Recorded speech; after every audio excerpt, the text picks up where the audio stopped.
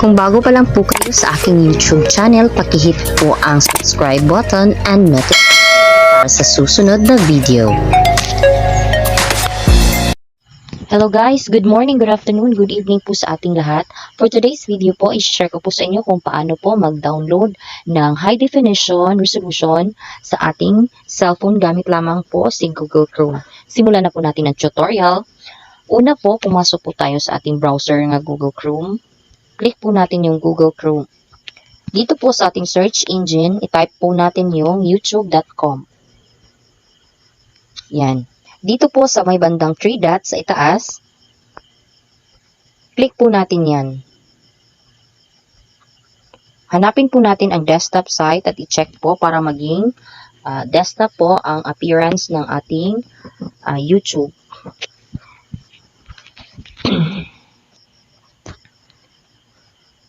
Naglo-loading pa po siya. Medyo mahina po ang ating signal ngayon. Yan. Nandito na po tayo sa ating desktop site po. Click po natin yung ating sa may bandang itaas. Yung ating YouTube channel. Medyo maliliit lang po yung mga words dito. Ingat-ingat lang po tayo sa pag-click. Click po natin yung your channel. Yan. Your channel. Ayun. Pagkatapos po, click po natin sa itaas yung customize channel para makapag-upload po tayo ng video or ating content video po sa ating YouTube channel. Yan, mapupunta po tayo sa studio.youtube. Antay-antay lang po kasi mahina po talaga yung signal sa ngayon po. Dapat po kung mag-upload kayo ng ganito, malakas po ang signal ninyo para makapag-create po kayo agad-agad ng inyong video. Okay, next po is i-click po natin yung create sa may bandang itaas. Yan, create. And then, upload videos. Select files po tayo. Select, yan. Click po natin yung files. Madadirect na po kayo sa inyong gallery or saan man po ninyo na-save yung mga video na gusto po ninyong i-download sa inyong YouTube channel po. Maghanap lang po kayo ng video. Yan, sample po yan. Na-select ko na po yung files at magda-download na po siya. Ayan. Yan. Napakaliit po ng mga nakalagay dito. First po is, para na po siyang naka-computer setup na po yung nakalagay dyan. So, i-set up po natin kung anong ilalagay natin dito sa details, description, thumbnail.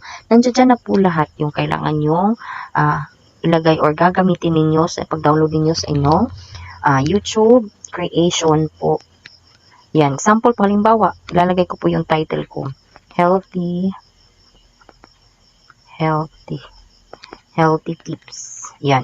Example lang po yan. Then, dito po sa aking description, para po maging searchable ang inyong mga videos, kailangan pong ilagay ninyo sa inyong title, description, at saka sa tag ninyo, yung healthy tips para po lumabas po agad at ma-search ng naghahanap po ng mga ganitong content sa inyong sa YouTube channel. Okay, i-fill up nyo lang po lahat yan, yung description, kayo na po bahala. Dito po tayo sa upload thumbnail. Medyo mahina talaga yung upload thumbnail po tayo. Okay, mag-select po tayo ng picture. Kahit anong picture lang po, halimbawa lang po, okay, hanap ako ng iba. Okay, example po yan. Yan po ang aking example sa aking YouTube thumbnail po. Dito po sa ibaba, click nyo po yung show more. Yan. Click nyo po yan at hanapin nyo po yung tags section. O, dito nyo lang po ilalagay yung lahat ng mga tags na gusto nyo pong ilagay sa inyong tag section. Kayo na po bahala. Basta wag lang po lumagpas ng 500 letters or word po. At dito po sa may bandang ibaba, nakalagay po dito is HD na po siya. Wala po siyang issue na na-found. Kasi po, pag hindi pa po ito na naging HD, magda-download yan, magpa-processing yan, nakalagay pa po dyan minsan is SD. Huwag na huwag nyo pong i-upload yan kapag hindi pa po nag-100% yung processing niya at hindi pa po nakalagay yung check complete at saka no issue found kasi hindi po yan mailalagay o maida-download sa YouTube. Okay, proceed na po tayo. Yan, nakalagay na po yan lahat. Okay na yan. Halimbawa, nalagyan ko na po yung title, description, tsaka itong thumbnail at saka yung tags. O dito, proceed na po tayo dito sa may bandang gilid. Nakalagay na po dito is next. Wait lang. Yan, next. Ito, next. Click natin yung next. Dito pala po sa ating video elements, nakalagay po dito yung add subtitles, add an end screen po. Pag applicable po yung add subtitle, click nyo lang po yung add. Tsaka yung end screen, click nyo po dito sa gilid yung add. Kagaya po nitong add cards po, naka-blue po yung add kasi pwede po siyang i-click. Yan, click nyo lang po yan. Diyan nyo po isi-set yung mga kailangan po ninyong ilagay po sa inyong YouTube content po. Nakalagay na po dyan o video. Halimbawa po, mag-click po kayo ng video po. Yan, click nyo lang po yan. Kahit isa po dyan. Masiset up na po dyan yung cards po. Ito po yung cards itong nasa itaas po.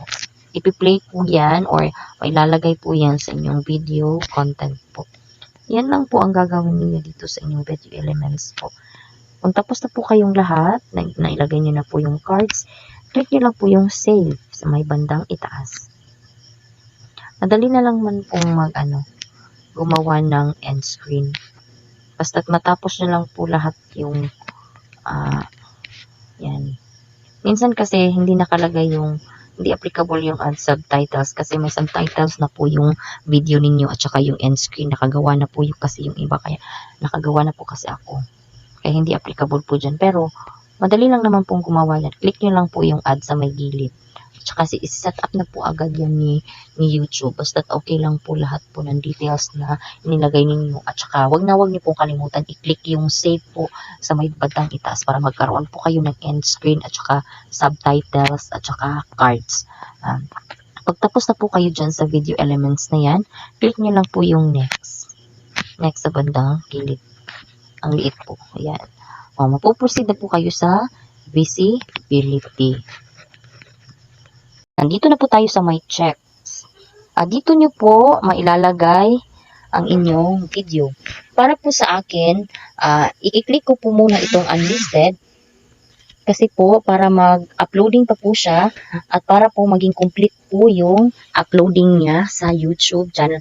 Kasi po pag i-public nyo po agad-agad, minsan po kasi sinasabi ni YouTube na no issue found, no ganyan-ganyan. Pero sa kabilang banda po, may nakita po silang kahit konti na copyright po. O meron man po kayong mga na-copyright or pareho na video content po sa iba. Mas applicable po para sa akin yung unlisted na save po para sa video po. Kung gusto niyo pong i-schedule ang inyong video, dito lang po ilagay ninyo yung date at saka yung time. Yan, lagay niyo lang po. Anong date ba ngayon? September 9. So, nakalagay po dyan is September 10. Yan, okay na yan. Okay, dito lagay ng 12 a.m. Nakaschedule na po yan. At dito po sa may bandang, before you publish, check the following do kids appear in this video. Yan po lahat ng nakalagay po dyan yung mga importante impormasyon na kailangan ipasa nyo po sa yung YouTube content video po. Okay, nailagay na po lahat-lahat. Okay na po siya. Nag 100% na po dito sa ibaba. Naging HD na po yung video nyo. Wala na pong no issues found po.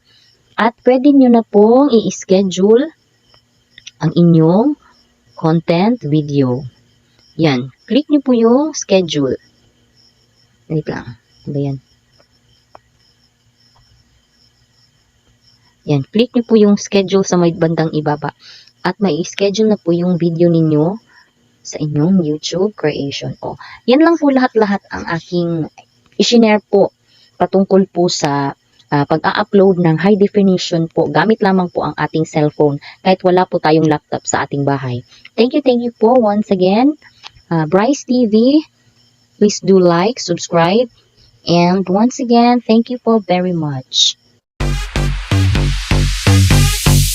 Stop. I want it, I got it. I want it, I got it.